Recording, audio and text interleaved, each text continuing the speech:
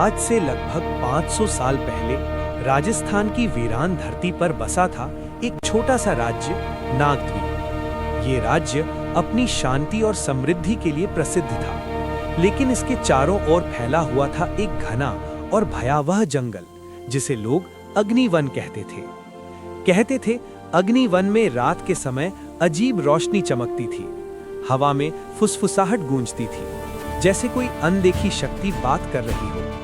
उस समय नागद्वीप पर शासन करते थे राजा महाराज विक्रम सिंह। वे बहादुर और न्यायप्रिय थे, पर उनके मन में एक डर था, एक भविष्यवाणी का डर। एक दिन महल में एक वृद्ध साधु आया। उसकी आंखें तेजस्वी थीं और स्वर गूंजदार। उसने कहा, हे राजन, 500 वर्षों में एक बार अग्निवन जागता है। जब नीला चंद्रमा आकाश में चमकेगा, तब जंगल अपना रहस्य खोलेगा। पर जो उस रहस्य को जानने जाएगा, वो या तो महान बनेगा या सदा के लिए गायब हो जाएगा। राजा ने इस भविष्यवाणी को गंभीरता से लिया। उन्होंने जंगल के पास जाने पर प्रतिबंध लगा दिया। लेकिन जिज्ञासा इंसान की सबसे बड़ी कमजोरी होती है।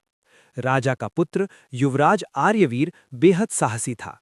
उसे लगा कि ये सब केवल अंधविश्वास है। एक रात जब आकाश में सचमुच नीला चंद्रमा चमक रहा था, वो चुपचाप महल से निकल पड़ा। जैसे ही वो अग्निवन में पहुंचा, हवा ठंडी हो गई, पेड़ हिलने लगे। अचानक उसे सामने एक प्राचीन पत्थर का द्वार दिखा, जिस पर रहस्यमयी चिन्ह बने थे। द्वार अपने आप खुल गया। अंदर एक गुफा थी, जिसके बीचों बीच एक चमकता हुआ क्रिस्टल रखा था। जैसे ही युवराज ने उसे छुआ, गुफा में प्रकाश फैल गया और एक आवाज गूंजी, ये शक्ति राज्य की रक्षा के लिए है, लालच के लिए नहीं। युवराज ने समझ लिया कि असली रहस्य शक्ति में नहीं, बल्कि जिम्मेदारी में है। वो क्रिस्टल को वहीं छोड़कर लौट आया। सुबह जब वो महल पहुंचा, तो उसने देखा कि उसका राज्य पहले से अधिक समृद्ध और सुरक्षित है। जंगल शांत था, भविष्यवाणी पूरी हो चुकी थी।